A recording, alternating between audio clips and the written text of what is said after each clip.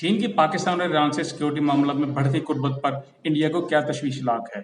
ये किसी से भी ढकी छुपी बात नहीं कि पाकिस्तान और चीन गहरे दोस्त हैं और एक दूसरे के बुरे वक्त के साथी भी हैं। लेकिन भारत को चीन की पाकिस्तान और ईरान से बढ़ती हुई कुर्बत पर तशवीश है, क्योंकि चीन और भारत अगर एक दूसरे के दुश्मन नहीं हैं तो दोस्त भी नहीं हैं। पाकिस्तान, चीन और ईरान तजारत के तहफ़्फ़ुज़ और इलाकाई सलामती को फ़रोग़ देने के लिए सिक्योरिटी और इंसदाद दहशतगर्दी के शोबों में ताउन को बढ़ा रहे हैं। ऐसा लगता है कि बढ़ते हुए ताउन की वजह से वसी एशिया में चीन का बढ़ा हुआ किरदार और पाकिस्तान में इक़्तिसादी मनसूबों का तहफ़्फ़ुज़ है। जून के अवाइल में बीजिंग में सह अफ्रीकी मुज़ाकरात हुए, जिसके बाद पाकिस्तान ने ईरान के साथ मुज़ाकरात के कई दौर किए, जिसमें एक नए इलाकाई इत्तेहाद की तश्कील का अंदिया भी दिया गया था। जून में चीन, ईरान और पाकिस्तान ने पहली बार इंसदाद दहशतगर्दी के मामले पर मुश्तरका मुज़ाकरात किए। एक बयान में पाकिस्तान के वज़ीर ख़ारजा बिलावल भुट्टो ज़रदारी कहा था कि तीनों ममालिक के नुमाइंदों ने इलाकाई सलामती की सूरत हाल, बिलखुसूस खित्ते में दहशतगर्दी के खतरे पर तफसीली बातचीत की है। तीनों ममालिक ने इंसदाद दहशतगर्दी और सलामती पर सह अफ्रीकी मुज़ाकरात को बाकायदा तौर पर करने का फैसला किया है। जून के आखिर में ईरान और पाकिस्तान ने तेहरान में समुद्री ताउन के एक मफाहमत पर दस्तखत किए। पाकिस्तान के सेक्रेटरी दिफा हमूदुज़्ज़मा खान और ईरान की वजारत दिफा के एक ओहदेदार के दरमियान होने वाली बातचीत के दौरान सिक्योरिटी और मुश्तरका इंसदाद दहशतगर्दी के इक़दाम पर भी तबादला ख्याल किया गया। पाकिस्तान ईरान का दो तरफा सियासी मुशावरत BPC का 12वां दौर भी 17 और 18 जून को तेहरान में हुआ, जिसमें तजारत और तवानाई के शोबे में ताउन को फ़रोग़ देने के अलावा सिक्योरिटी के मसाइल और खित्ते में अमन के फ़रोग़ पर बातचीत हुई। ईरान की नीम सरकारी खबर एजेंसी अलाना की 14 जून की रिपोर्ट के मुताबिक ईरान और पाकिस्तान हुकाम ने तकफीरी दहशतगर्द ग्रुपों के सदबाब के बारे में भी तबादला ख्याल किया।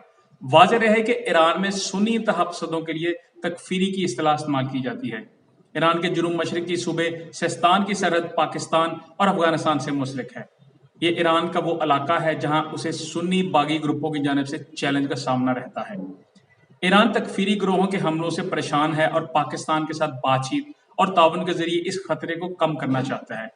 दरियासना पाकिस्तान के सूबा बलोचिस्तान में बलोचिस्तान लिबरेशन फ्रंट यानी BLF जैसे अलहदगी पसंद ग्रुपों के हमलों में भी हालिया दिनों में इजाफा हुआ है। इस इलाके में चीन पाकिस्तान इकनॉमिक कॉरिडोर यानी कि CPEC के तहत बहुत से तरक्याती मनसूबों पर काम जारी है, जबकि अलहदगी पसंद ग्रोह BLF बलोचिस्तान में चीन की सरमायाकारी की मुखालफत करता रहा है और माजी में चीनी शहरियों और से मुतल्लिका मनसूबों पर हमले भी किए उसने।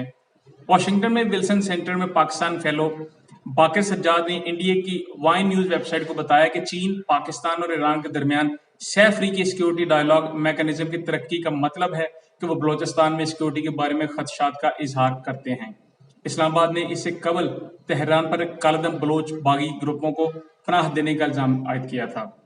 चीन की नॉर्थ वेस्ट यूनिवर्सिटी के प्रोफेसर यॉन वी ने साउथ चाइना मॉर्निंग पोस्ट को बताया कि तालिबान अफगानिस्तान में इक़्तिदार में आ चुके हैं, जिससे ईरान समेत वस्ती और जनूबी एशिया में शिद्दत पसंदी के फैलने का खतरा है। चीन CPEC समेत बेल्ट एंड रोड इनिशिएटिव के पुरजोश मनसूबों के तहत अपने मनसूबों के बुनियादी ढांचे की हिफाजत करना चाहता है। बीजिंग, तेहरान और इस्लामाबाद के ताल्लुकात को मजीद मजबूत बनाने में सरगर्म है और इसलिए वो इस मामले में दिलचस्पी ले रहा है। इसके अलावा चीन, ईरान और सऊदी अरब के दरमियान हालिया अमन माहिदे में हासिल होने वाली कामयाबियों को मजीद आगे लेकर चलना चाहता है। साउथ चाइना मॉर्निंग पोस्ट ने 25 जून को लिखा कि तालिबान के इक़्तिदार में आने के बाद BLF जैसे मुसल्लह ग्रोहों का हौसला बढ़ा है। सिंगापुर के बैनुल-अक़वामी अमूर के माहिर राफेल पेंतोजी ने बताया, चीन के ज़हन में ये बात भी है कि अगर पाकिस्तान और ईरान बाज़ मामलों पर इकट्ठे हो भी जाएं तो वो इन खतरात पर तवज्जो मरकूज कर सकेंगे जो चीन से मुतल्लिक हैं। गुज़िश्ता माह 22 जून को ईरान का एक आला सतह का वफद पाकिस्तान पहुंचा था, जिसके बारे में डॉन अखबार ने लिखा था कि इस मुलाकात में दोनों बरादर ममालिक के हुकाम ने अमली तौर पर दो तरफा ताउन को बढ़ाने का अज़्म का इजहार किया था। इंडिया में चंद मीडिया आउटलेट्स में ये क्यास भी किया गया कि बीजिंग की हमायत से तेहरान और इस्लामाबाद के बढ़ते हुए ताल्लुकात मुश्किलात पैदा कर सकते हैं। हिंदी रोजनामा अमर उजाला ने मॉस्को के जियोपॉलिटिकल माहिर आंद्रे के हवाले से कहा कि चीन और ईरान अपने दरमियान एक तजारती राहदारी तैयार करने की तजवीज़ पर गौर कर रहे हैं और यह रास्ता पाकिस्तान के ज़ेर इंतज़ाम कश्मीर से गुजर सकता है, जिस पर इंडिया अपना दावा करता है। चीनी मीडिया मुल्क के मफादात اور خطے میں اس کے بڑھتے ہوئے عالمی کردار کے بارے میں پرجوش ہے۔ جون کو فوجی اخبار جو اس کا اخبار ہے نیشنل ڈیفنس جرنل میں ایک رپورٹ شائع ہوئی جس میں لکھا گیا کہ چین کی انسداد دہشت گردی مذاکرات میں فعال شرکت اس کے رد عمل اور قائدانہ صلاحیتوں کو ظاہر کرے اور چین کو خطے میں اپنے غالب پوزیشن کو برقرار رکھنے میں بھی مدد دے گی۔